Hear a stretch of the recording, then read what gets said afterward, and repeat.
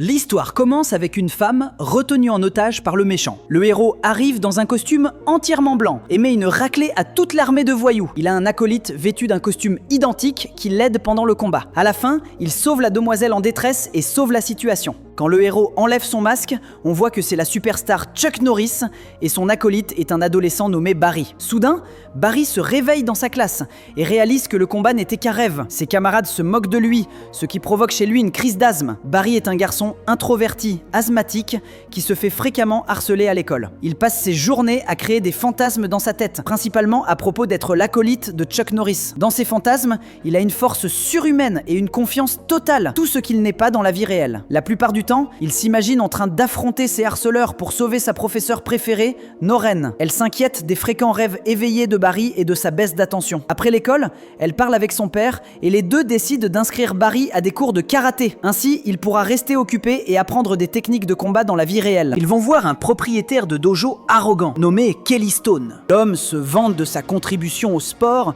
et se compare à Chuck Norris. Il insulte aussi tous les autres professeurs de karaté et pense qu'il est meilleur que tout le monde. Barry et son père s'éloignent simplement, sachant que cet homme n'est pas un bon maître. À l'école, Norren apprend la rencontre ratée. Son oncle arrive bientôt aux États-Unis pour travailler dans le restaurant de la famille. Elle pense qu'il serait le professeur parfait pour Barry, puisque les deux partagent certains traits de personnalité. Puis on nous présente Monsieur Lee. Barry rencontre Lee au restaurant pour sa première leçon. On lui demande de marcher jusqu'à l'école, à partir du lendemain, puis d'augmenter lentement jusqu'à courir. Lee veut améliorer son endurance, car le surmener pourrait déclencher son asthme et aggraver les choses. Pendant qu'ils parlent dans la cuisine, le père de Barry et Norren sont dehors en train de dîner ensemble. Monsieur Gabouzi a perdu sa femme il y a 10 ans et est célibataire depuis. Norren semble s'intéresser à lui. Soudain, un groupe de voyous arrive au restaurant et commence à semer le chaos. Lee est appelé à l'extérieur pour gérer la situation. Il fait semblant d'être ivre et met ensuite une raclée aux voyous. Barry, qui jusque-là était sceptique, est enfin enthousiasmé à l'idée d'apprendre à se battre. Le lendemain, il marche vers l'école,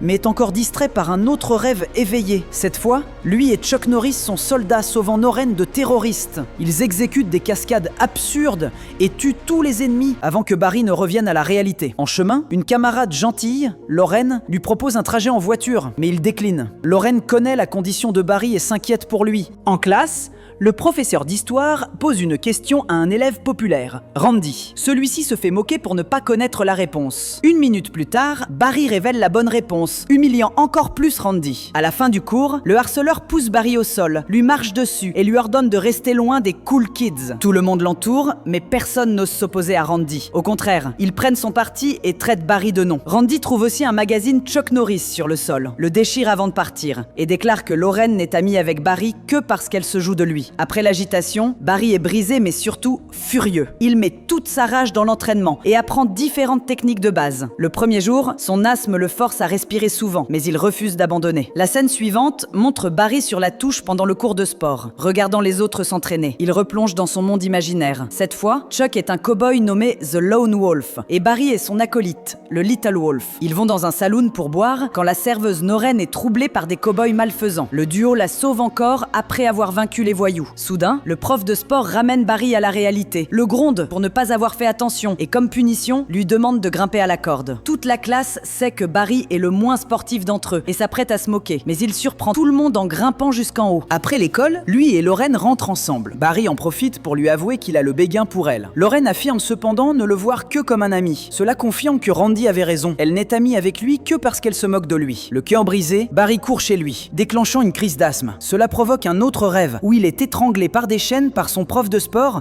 qui joue le rôle du méchant. Lorsqu'il se réveille, il est dans une ambulance et emmené à l'hôpital. Lee et Norren viennent lui rendre visite pour s'assurer qu'il va bien. Le médecin dit que ses poumons semblent en bon état, ce qui rend l'attaque surprenante. Lee semble comprendre le problème et applique une pommade spéciale sur la poitrine de Barry. Avec le temps, cela aide énormément l'enfant. Ils ralentissent aussi le rythme de l'entraînement pour s'assurer que Barry se repose suffisamment. Il doit aussi boire un étrange médicament 4 fois par jour qui améliore son endurance. Cela l'aide tellement qu'à la fin de la semaine, il veut participer au cours de sport. Le professeur hésite, pensant qu'il finira de nouveau à l'hôpital. Mais quand Barry insiste, il n'a pas d'autre choix que de le laisser faire. Le lendemain, Noren, Gabuzi, Lee et Barry sont ensemble quand Noren leur montre ses compétences en karaté. Formée dès son jeune âge, elle est une excellente combattante. Gabuzi est plus qu'impressionnée. Quand les deux se retrouvent seuls, elle lui enseigne quelques mouvements. L'interaction les rapproche, mais ils s'abstiennent d'aller trop loin. Un jour, Lee et Barry ont une longue conversation au sujet des rêveries de Barry. Lee lui conseille d'essayer de contrôler ses pensées. S'il rêve moins, les rêves deviendront plus intenses et pourraient éventuellement se transformer en réalité. Avec le temps, Barry devient plus fort grâce à l'entraînement. Il commence même à donner des coups puissants à son maître, qui le met en garde. Lee remarque que Barry délaisse son inhalateur, ce qui prouve que son endurance a augmenté de façon exponentielle. Entre-temps, ses camarades n'ont aucune idée de sa progression, et Randy commet l'erreur de l'insulter à nouveau. Cette fois, Barry se défend et lui renvoie l'insulte. Randy l'attaque, mais Barry parvient à riposter, surprenant tout le monde. Un combat éclate entre les deux, mais s'arrête lorsque le prof de sport intervient. Un peu plus tard, Lauren s'approche de Barry pour louer ses compétences au combat. Elle lui propose aussi un rendez-vous au zoo ce week-end. Barry accepte joyeusement, oubliant qu'elle l'avait rejeté peu de temps auparavant. Dans la scène suivante, Barry est à nouveau dans un de ses rêves. Cette fois, lui et Chuck Norris attaquent un entrepôt. Le méchant a encore Noren en otage, parce qu'elle aurait trahi le gang. Il cache des sachets de substances illicites dans des piñatas. Soudain, une explosion survient, suivie de l'entrée dramatique de Chuck Norris. Le gangster ordonne à ses hommes d'aller l'attraper, mais avant qu'ils ne puissent le faire, une autre explosion retentit. Cette fois, l'acolyte Barry entre dans l'entrepôt et une fusillade éclate. Étrangement, Barry tue plus d'ennemis et éclipse Chuck. Il est plus courageux qu'auparavant, ce qui surprend aussi le Chuck imaginaire. Après avoir vaincu les ennemis, ils vont sauver Noren et découvrent qu'elle est devenue Lauren. À l'école, Randy défie Barry pour un combat officiel dans un tournoi de karaté. Au départ, Barry n'a pas confiance en ses capacités, mais encouragé par le maître, il accepte de participer. Pendant la semaine suivante, il s'entraîne plus dur que jamais. Jusque-là, il pratiquait surtout pour améliorer son endurance, mais maintenant, il s'entraîne pour combattre et se défendre. Le jour du tournoi arrive, enfin. Contrairement à ce qu'il pensait, Barry n'est pas du tout nerveux. On lui demande de regarder la démonstration de karaté avant le match pour se détendre pendant qu'il est absent. Noren inscrit leur équipe, mais il s'avère que le tournoi est une compétition par équipe de 4 personnes. Elle et Lee peuvent rejoindre Barry, mais il leur manque encore un membre. Elle tente de négocier avec l'organisateur, mais les règles sont strictes. Tandis que Lee et Noren se demandent quel candidat trouver pour compléter l'équipe, ils entendent une fille parler de Chuck Norris. Il se trouve qu'il est également venu assister au tournoi en tant que champion de karaté. Lee a une idée et court le voir quelque part ailleurs. Chuck affronte l'arrogant gourou du karaté Stone. Comme à son habitude, Stone se moque de Chuck et le traite de lâche pour ne plus participer au tournoi. Convaincu que s'ils s'affrontent, il gagnerait. Lee veut persuader Chuck d'être dans leur équipe pour compléter les effectifs, même si Noren trouve l'idée absurde. Il insiste et Noren saisit sa chance pour aller aborder la superstar. Dans la scène suivante, Barry regarde la démonstration et se retourne, surpris de voir Chuck assis juste à côté de lui. Il se présente, bien que Barry, trop ébloui, ait du mal à parler. Son rêve devient réalité quand Chuck lui propose de rejoindre leur rang pour la prochaine compétition. Barry accepte sans hésiter. Pour le premier tour, Noren prend part à la démonstration et obtient la 2e place. Le second tour est une épreuve de casse de briques. Lee monte sur le podium et demande qu'on ajoute une brique de plus à la pile. Personne ne croit qu'un vieil homme comme lui puisse réussir, mais il surprend tout le monde. Le 3e tour est une démonstration de nunchaku. Barry monte nerveusement sur le podium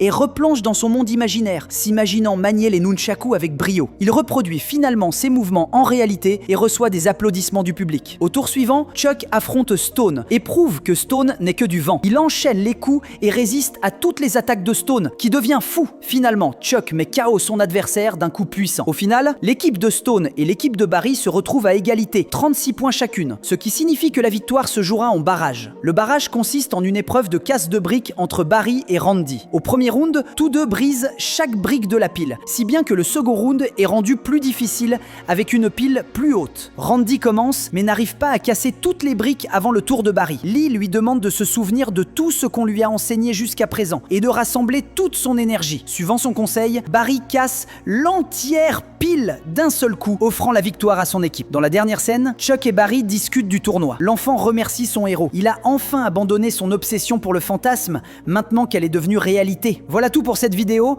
j'espère que cela vous a plu. Abonnez-vous pour plus de contenu comme celui-ci. Laissez aussi un commentaire si vous voulez que nous résumions votre film préféré. À la prochaine.